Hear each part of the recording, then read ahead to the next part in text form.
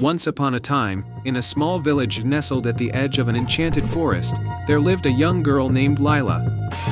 Lila was known for her beautiful voice. Whenever she sang, the birds would pause their melodies to listen, and the flowers would seem to bloom brighter.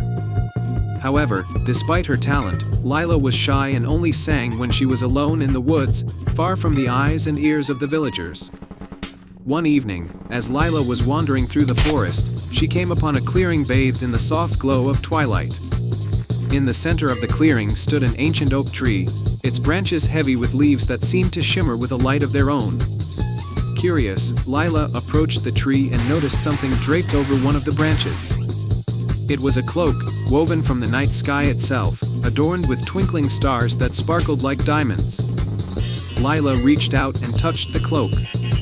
It was soft and warm, and as she held it in her hands, she felt a strange but gentle power flowing through her. Without thinking, she wrapped the cloak around her shoulders. Instantly, the stars on the cloak seemed to come to life, twinkling more brightly, and the world around her faded into a soft, glowing twilight. Suddenly, a voice spoke, soft and melodic, like the whisper of the wind. "Who dares to wear the starry cloak?" Startled, Lila looked around but saw no one. I didn't mean any harm," she stammered. "I found this cloak and I couldn't resist." A figure appeared before her, stepping out from behind the oak tree. It was a tall, graceful woman with skin like moonlight and hair that flowed like silver rivers. She was the night singer, a mystical being who roamed the forests at night, bringing dreams to those who slept. The night singer smiled gently. "Do not be afraid, child. The cloak has chosen you. It is a gift, but with it comes a great responsibility." "What kind of responsibility?" Lila asked, her voice trembling with a mix of awe and fear. "The starry cloak holds the power of the night singer explained. It allows its wearer to sing the songs of the stars, to bring peace to those who are troubled, and to guide lost souls through the darkness. But it also requires a pure heart, one that sings not for fame or glory, but for the love of the song and the well-being of others." Lila's eyes widened as she realized the significance of the cloak. "But I'm just a simple girl. I only sing to myself. How can I do such important things?" The night singer's eyes twinkled like the stars on the cloak. "Your voice is already a gift, Lila. You sing with a heart full of love and kindness. That is why the cloak chose you. All you need to do is believe in yourself."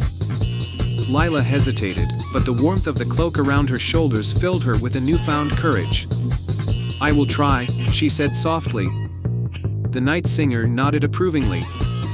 "Remember, the cloak's power will only work if you sing from the heart. Whenever you feel lost or unsure, listen to the stars, they will guide you." With that, the night singer slowly faded into the twilight, leaving Lila alone in the clearing. She stood there for a moment, trying to comprehend what had just happened. The cloak shimmered softly, as if encouraging her to take the first step on this new journey. The next day, Lila decided to test the cloak's power. She ventured into the village, where she found an old man sitting by the well, his face etched with worry.